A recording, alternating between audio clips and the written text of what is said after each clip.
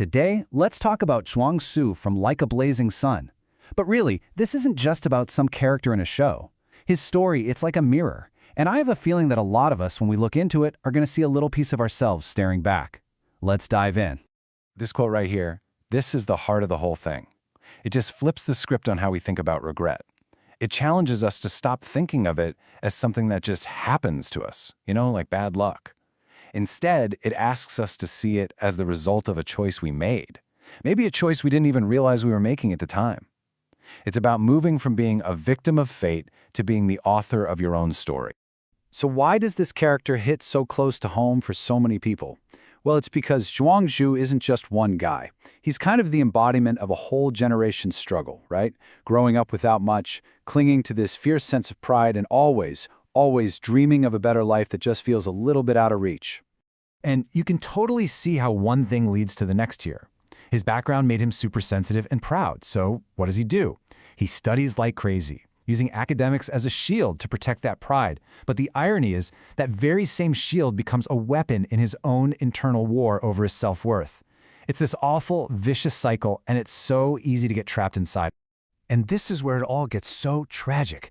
That deep, gnawing insecurity. It doesn't just stay inside his head. It turns into this suit of armor he wears every single day. But the real tragedy? That armor, the one he built to protect himself, ends up becoming a wall that keeps out the one thing he wants more than anything: love. Oh man, if you've seen the drama, you know exactly what scene I'm talking about. That moment he turns his back on her and just walks away into the snow. It's absolutely gut-wrenching. It's more than just a plot point. It's like you're watching a man completely shatter from the inside out. This line just cuts right through all the noise. See, his real problem was never about not having enough money. The fatal flaw was the belief, buried so deep inside him, that because he was poor, he wasn't worthy of love. And that's such a crucial difference, right? Poverty is a circumstance, something you can change. But low self-esteem, that's a prison you build for yourself, brick by brick. You can just hear that toxic tape playing in his head on a loop, and notice how it spirals. It starts with love, but then it's immediately hijacked by fear and self-hate. He becomes his own judge, jury, and executioner, running away from a punishment that only existed in his own mind. So, this brings us to what might be the most important takeaway from his whole story. It's so easy to blame our problems on fate, on our circumstances, on bad luck. It's comforting in a way. But what if that comfort is really just an excuse? I mean, look at this comparison. It's so powerful because it forces us to look at our own excuses. We call it a trick of fate, but maybe it was a script written by our own fear of failing. We say, I had to let go, but was it really that? Or did we choose to retreat because we couldn't bear the thought of risking our pride? Behind every one of those passive excuses, there's an active choice we're just not ready to admit we made. And this just sums it all up perfectly. Yeah, the starting point you get in life. That's the hand you're dealt. You don't control that, but you are always in the driver's seat. You're the one deciding whether to turn left or right or to just slam on the brakes. Your destination was never written in the stars. It's the sum of all the little choices you make along the way. Okay, so after all that internal struggle, all that pain, something has to give. Sometimes, healing can't start until you have a total breakdown.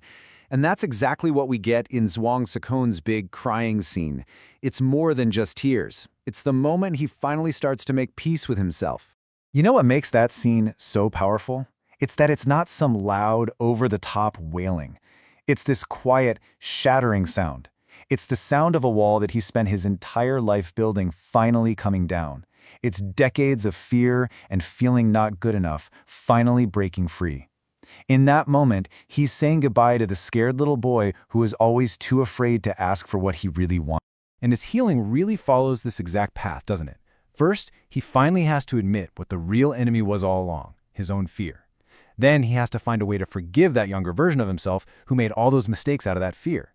And finally, and this is so key, he stops wasting all his energy on regret and starts pouring it into taking action. Honestly, that's the blueprint for how any of us can move on. So where does this whole journey take him? We're so conditioned to think a comeback means getting rich or famous or proving all your haters wrong. But what Zhuang's story really shows us is that the most powerful comeback, the only one that actually matters, happens on the inside.